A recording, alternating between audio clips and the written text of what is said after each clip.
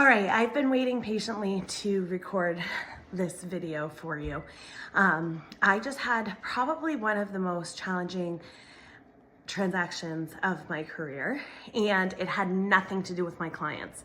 In fact, my buyer clients were the kindest, sweetest, most respectful clients probably I've ever had. They're just super kind, awesome people. They were a young family, no, just kidding, a young couple just starting kind of their life together, just got married, been together since high school, both have great jobs, and we started hunting for houses. Their price point was very competitive.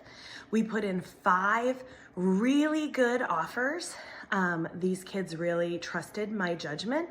And so these were competitive offers, and we lost out on 5. So finally, we found a house that they could really see the potential in. There was only one open house. We went to the open house, they got multiple offers, but we were able to secure this property and they were ecstatic. So we went under contract immediately the same day as that open house. All other open houses were canceled. We had waived inspections, which is unusual, but it had been very competitive, and that was the decision that they made to make their offer look attractive. We went through appraisal and we were cleared to close 2 weeks early. We got to 2 weeks before the suggested closing date, and the agent called me and said, hey, the seller's getting nervous about having enough time to get out of the property. Would you mind giving us, another week? Unfortunately, my buyers couldn't accommodate that because they had already given their notice at their apartment, and so we had to say no. So we proceeded to try and schedule the closing. It was supposed to be on May 24th, and we tried to do the morning. They asked us for as late as possible. We scheduled the closing for Friday.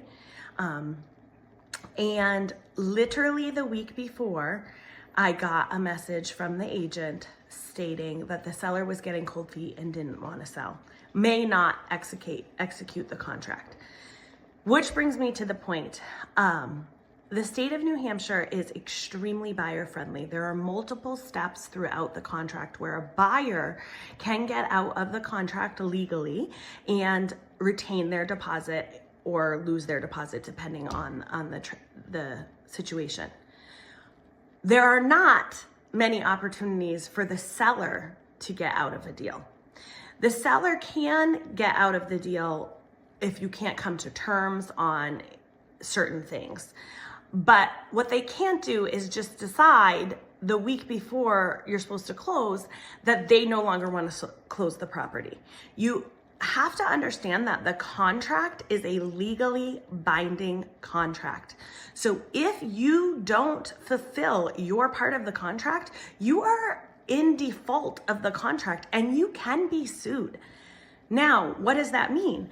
You can be sued for specific performance, meaning you may say you don't want to close on the property, but if you have a contract and there's no reason why it can't go through, you could be forced to sell the property and also cover the cost of any attorney fees, any inconvenience for the other side of the transaction. It's a big deal. Long story short, there was a lot of back and forth. There was a lot of poor communication and no transactional paperwork completed. We didn't have a release. We didn't have a termination. We didn't have an extension request. We had nothing.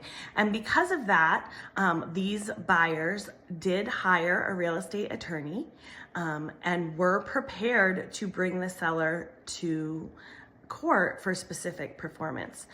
Thankfully, in this situation, after 2 weeks, so a week past original closing, the seller was able to do the right thing and to close on the property. Unfortunately, they left a tremendous amount of stuff in the home that typically wouldn't be left there. And we could have fought that, but at this point, the buyers were just happy to have this home. So I just wanted to put that out there at how important it is that when you decide you're going to sell your house, you really need to be confident that that's where you're going, because there's not a lot of opportunities to get out. So yeah, that's my story. It was tough. I'm super grateful for my clients and for my team, Cohen Closing, the attorneys, Diane Lohman and Jonathan Booten, the lender, Megan Merrill at CMG. It was a team effort, and I'm super grateful for all of you. I'm also actually grateful for the listing agent.